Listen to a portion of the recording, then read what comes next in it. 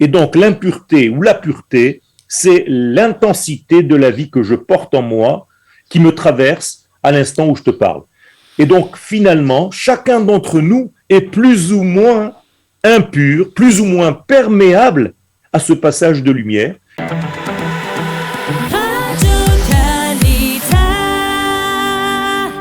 Et comme chaque vendredi, nous allons dire un mot sur la Parashat Hashavua, cette semaine Parashat Tazria. Et pour en parler, nous sommes très heureux de recevoir le Rav Yoel Ben Aroush. Rav Ben Aroush, bonjour. Shalom, shalom uvracha, merci. Alors, on va parler de cette Parashat Tazria avec beaucoup de sujets. Et je veux dire des sujets qui sont, on va dire, un peu difficiles à comprendre, surtout pour nous qui sommes dans une génération ou dans une époque où on n'a plus, bien entendu, toutes ces histoires de sacrifices, de Beth Amikdash, etc. Et il y a un sujet qui revient beaucoup dans cette paracha, c'est le sujet de l'impureté. Alors, est-ce qu'on peut donner une définition de ce que c'est l'impureté? En réalité, l'impureté n'est pas synonyme de saleté ou de tout genre de choses que nous donnons aujourd'hui. L'impureté est tout simplement ce qu'on appelle en hébreu siluk chaim. C'est-à-dire, dès que la vie quitte un degré quelconque, s'installe à la place de cette quantité de vie, de cette forme d'énergie de vie, s'installe une impureté. Et l'impureté se traduisant en hébreu comme étant une imperméabilité.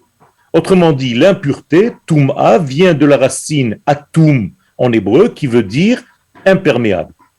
Si l'homme, dans son état normal, se trouve dans un état de pureté, il devient un canal par lequel le flux du divin traverse et s'amplifie dans le monde dans lequel nous sommes.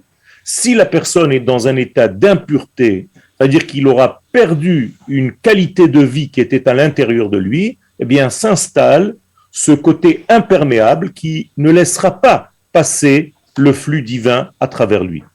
Et donc on voit cette impureté au début de la paracha concernant la femme qui porte de la vie en elle durant toute sa grossesse et au moment de l'accouchement, elle devient impure. Vous comprenez donc, par rapport à ce que nous venons de dire, que c'est la quantité de vie qui vient de quitter cette femme qui la rend impure, qui la rend imperméable, alors qu'elle vient de donner la vie.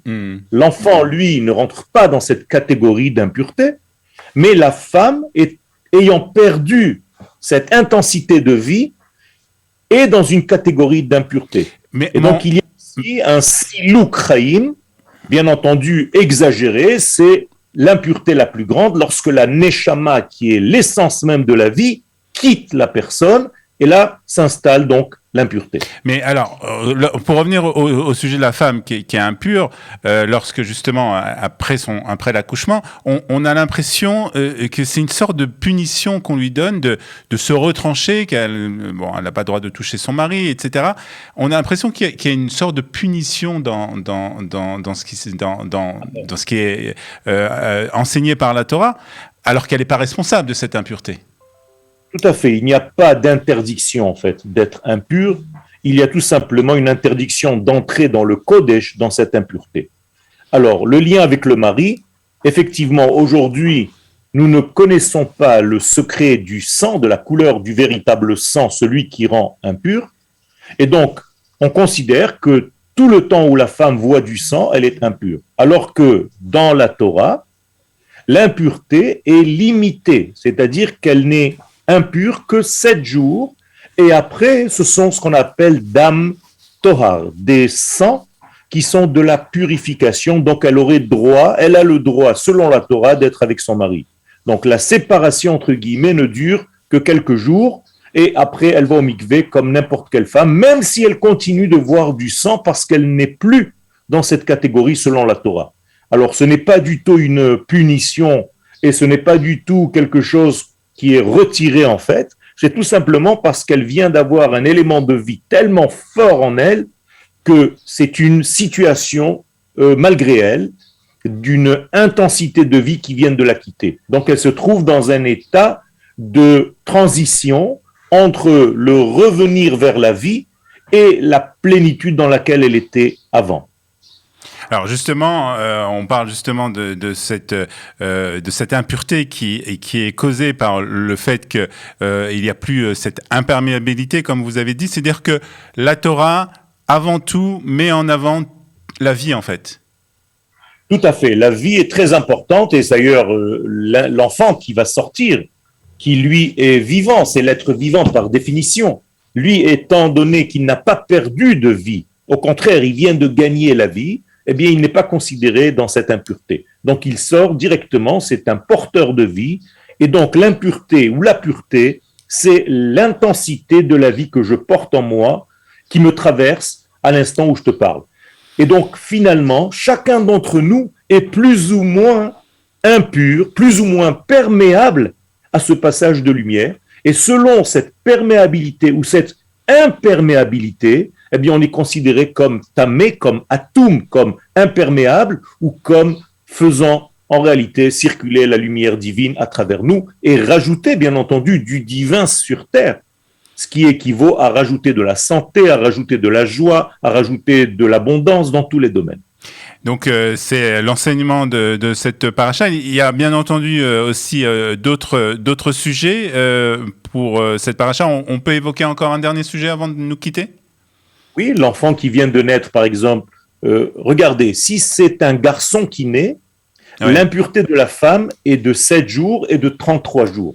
Si c'est une fille qui va naître, eh bien l'impureté va devenir de 14 jours et de 166 jours. Pourquoi? C'est le double, exactement.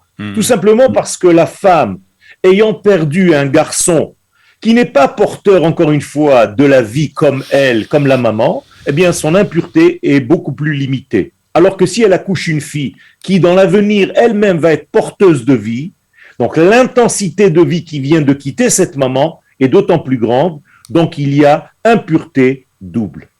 Donc c'est plus que la paracha de l'impureté, c'est vraiment la paracha de la vie, en fait, cette paracha d'Azria. Tout à fait, c'est la paracha de la vie. Et d'ailleurs, le garçon qui va naître, lui aussi continue un bérour, ce qu'on appelle en hébreu un tri, et à tel point qu'à la 8e journée, au 8e jour, on va devoir en fait enlever de lui-même encore quelque chose qui empêche la vie de circuler en lui, ce qu'on appelle le prépuce, la orla.